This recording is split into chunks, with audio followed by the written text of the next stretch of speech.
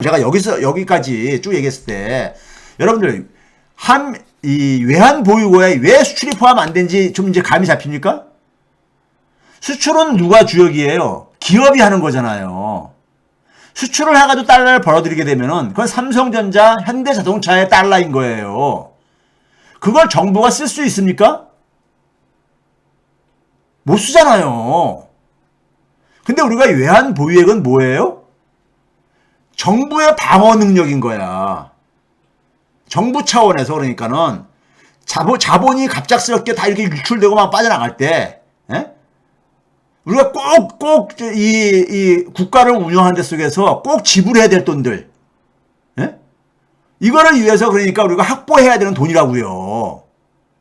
거기에 수출을 해가지고 벌어들인 달러를 아까 제가 그랬잖아요. 해외에 가지고 있는 우리 채권 중에서 민간이 가지고 있는 채권, 개인이나 기업이 가지고 있는 채권을 있죠. 달러 있어요.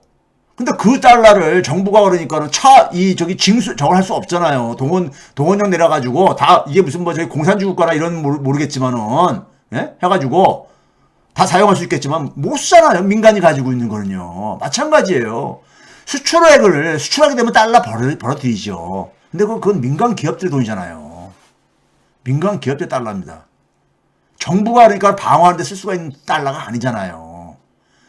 이 환율이 폭등할 때는 기업들은 어떻게 합니까? 우리가 경제 주체들은 우리가 애국심으로 그러니까 경제 활동을 하는 게 아니에요.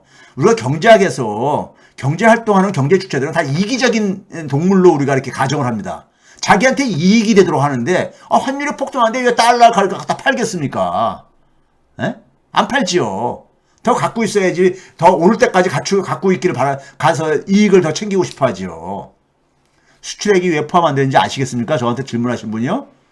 그리고 해외에 가지고 있는 채권 중에서도 민간이 가지고 있는 채권은요, 필요 없는 것이고, 또 그 채권들 중에서도 그러니까는 단기적으로 쓸 수 없는 채권들도 많이 있고요. 자, 그래서 아까 제가 오늘 얘기하려는 것은 왜 싱가포르나 대만보다도 우리의 그러니까 환율이 불안정하냐.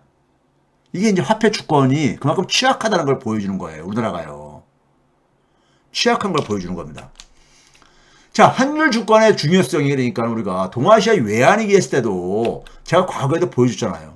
우리나라 외환위기 당했을 때 90% 이상이 그러니까 하락했어. 원화 가치가요. 그런데 대만은 19% 정도 하락 안 했고요. 그 당시에 같은 기간에. 싱가포르도 한 24% 하락을 안 했었고요. 왜 우리가 그러니까 그렇게 유독 그러니까는 항상 그러니까 외환위기 때든 금융위기 때든 올해 22년이든 간에 왜 우리만 유독 그러니까 많이 하락하냐 이거예요.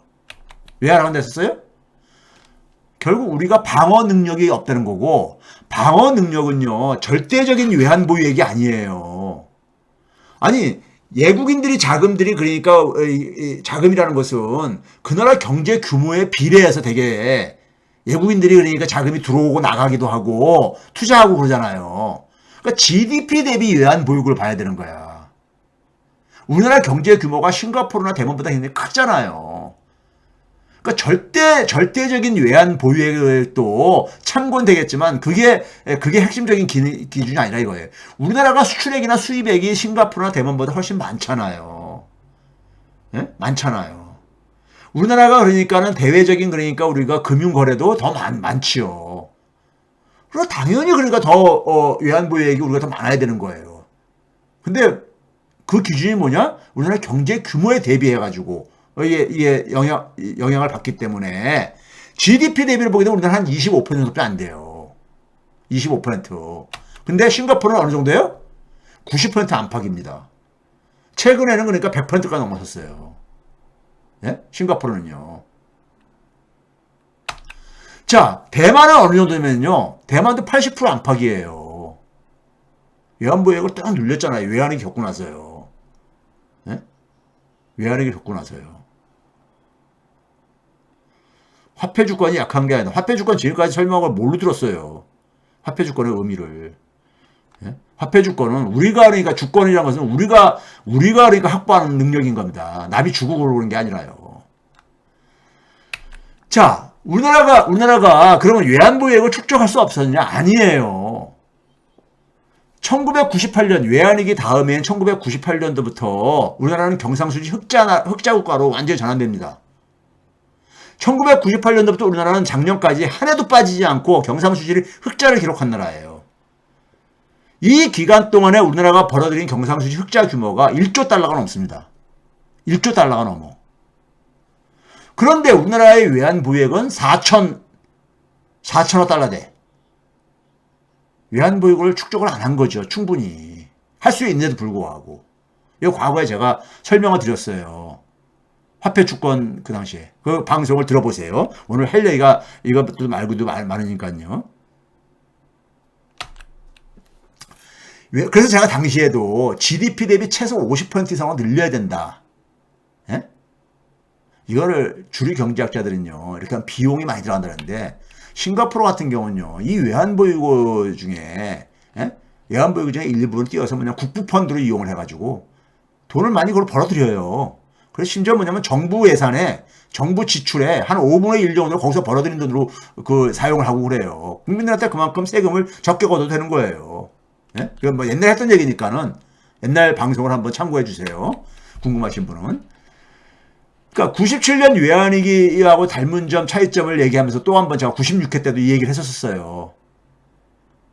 그때 뭐냐면 싱가포르나 대만이나 스위스나 베트남 등 독일도 포함해서 이들은 뭐냐면 자신들의 이 소위 그 화폐 주권을 환율의 안정성을 확보하기 위해 해가지고 적극적인 그러니까는 적극적인 노력을 한다고 얘기를 했잖아요. 그게 뭐라 했었어요? 우리나라 엘리트들은, 정치인들과 엘리트들은 경제 주권에 대한 개념이 없다 그랬죠. 이게 식민지 트라우마를 갖고 있기 때문에요. 미국 사람이 만들어 놓은 이론을 그걸 그러니까 바이블처럼 여겨가지고 미국 사람 입장 속에서는요, 예? 달러가 해외로 많이 나가지 않는 게 바람직한 거예요. 근데 우리나라 입장 속에서는 달러를 우리가 벌어들이지 않으면 우리는 불안하잖아요. 예? 서로가 이해관계가 다른 거예요. 예? 근데 미국 학자들이 만들어 놓은 이론을 가지고, 예? 경제 문제를 이해를 하니까는, 예? 경제 문제를 이해하니까. 경상수지, 경제학 교과서에서는요, 경상수지는 적자나 흑자보다도 균형이 바람직한 걸로 돼 있어요. 균형. 0이라는 얘기죠, 0. 근데 우리는 경상수지가 흑자가 더 좋은 걸로 우리는 생각을 하잖아요. 예? 경상수지가 그러니까 균형이다, 0이다 하게 되면 불안하잖아요. 달러를 확보를 못한 거니까요. 근데 경제학 교과서에서는요, 균형이 바람직한 걸로 돼 있어. 균형. 균형은 뭐예요? 들어오고 나간 것이 서로가 상쇄돼가지고 0이란 얘기죠. 그게 미국의 입장인 겁니다. 경상수지가 균형이 되면 달러가 그러니까 해외로 많이 안 나가는 거기 때문에. 자, 그래서 우리가 화폐 주권이라는 용어조차도 안 쓰고요. 우리나라 경제학자들은요. 이 용어가 존재하고 있는데. 자, 그랬죠. 미국은 자신들의 화폐 주권을 지키기 위해서 주요 교역국들을 대상으로 해가지고 1년에 2번씩 무역수지액, 경상수지액, 그 다음에 환율 변화 변동폭, 이걸 조사해가지고 발표하잖아요. 그래서 이것 중에서 그러니까는 세 가지, 이 기준을 다 만약에 자기들이 제시한 기준을 위반을 하게 되면은 환율 조작국으로, 해가지고 보복하겠다 이렇게 막 엎어놓고 그러잖아요. 그렇죠? 근데 이게 2016년 4월 달입니다. 2016년 4월 달에 보게 되면은, 여기 보시게 되면은, 경상수지가 독일 같은 경우는 GDP 대비 8.5%, 이 빨간색이 다 위반한 나라들인 거예요. 위반한 수치들인 거예요. 대만은 14.6%. 예? 개의치 않고 경상수지 이렇게 추구를 해요. 왜 그렇습니까요? 달러를 벌어들여야지만이 외환 방어 능력이 생기거든요. 그러니까 미국이 그러니까는 니네들 이렇게 이거 지키라고 하더라도 개의치 않고 자기들의 국가 이익을 해서 이렇게 하고 있는 거예요. 자, 이건 언제입니까요? 2019년 5월 달입니다. 트럼프 때 또 기준을 좀 바꿨었거든요. 더 아주 그냥 엄격하게. 근데 독일 경상수지 여전히 7.4%, 베트남도 5.4, 스위스는 10.2, 예? 태국도 7.0, 대만은 12.2, 싱가포르는 18%. 싱가포르는 거기다 외환시장 개입도 막 하잖아요. 4.6%. 예? 외환시장도 막 개입을 해요. 자국의 이익을 위해서는 미국이 제시한 기준이, 예? 미국이 요구하는 기준이 뭐가 됐든 간에 자국의 입장에서 이건 화폐 주권을 위해 가지고 자국의 산업 경쟁력을 위해서 경제 성장을 위해서 불가피하다고 생각하면서 하는 거예요. 거기서 갈등이 생기는 건 또 그대로 풀더라도. 예? 지금 여러분들 BIS 기준과 IF 기준 적정 외환 보유고 있는데 이런 거 여러분들 이런 걸 자꾸만 예워가지고 이렇게 할 필요가 없어요. 그것이 그 내용이 뭘 의미하는지를 이해를 하셔야 돼요. 자, 이게 2020년 12월 달 발표한 겁니다. 미국 정부가 이게 1년에 2번씩 의회에다 보고를 하게 돼 있어요. 베트남 봐보세요. 세 가지 기준을 위반했잖아요. 무역수지 580억 달러, 경상수지 4.6%, 외환 개입 5.1%, 스위스도 세 개가 다 빨간색 수치가 세 개가 다 그렇잖아요. 싱가포르는 경상수지가 16.1%, 대만도 10.9%, 싱가포르는 외환시장 개입이 21.3%예요. 예? 미국이 정한 기준이 2%인데, 예? 얘네들 개의치 않고 이래요. 예? 왜? 경상수지 확보해야지만이 외환을 축적할 수 있는 것이고, 그 다음에 환율을 안정시키기 위해서는, 환율 경쟁력을 갖기 위해서는 외환시장 개입할 때는 해야 되는 거예요. 예? 무역도 흑자를 많이 거둬야지 우리는 안심하고 그러잖아요. 왜? 환율의 안정성이 바로 뭐랬었어요? 대외적인 화폐 주권의 문제예요. 대외적인 화폐 주권의 문제입니다. 예?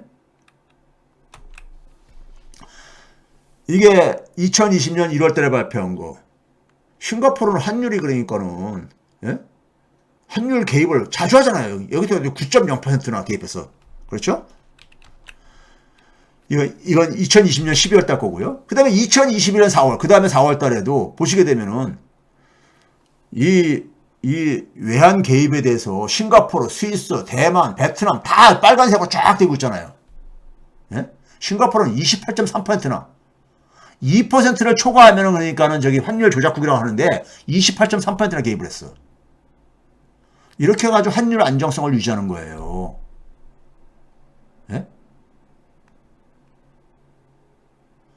근데 이들 나라들이 무슨 미국한테 그러니까 대단한 보복받았다는 얘기 들어보셨어요? 예?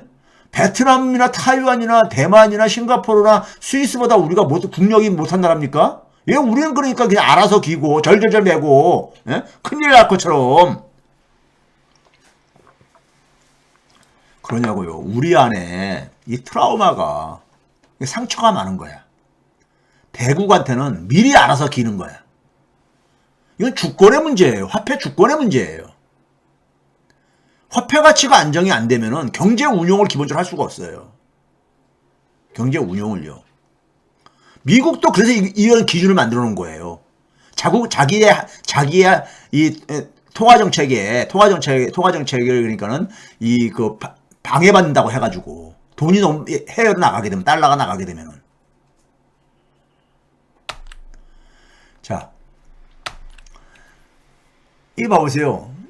마지막 올해 6월 달에 발표된 거 보게 되면요. 스위스가 세 개 다 위반했잖아요. 근데 시비 안 걸어, 미국이요. 시비 안 걸어. 스위스가 제재받았다는 얘기 들어본 적 없어요. 예?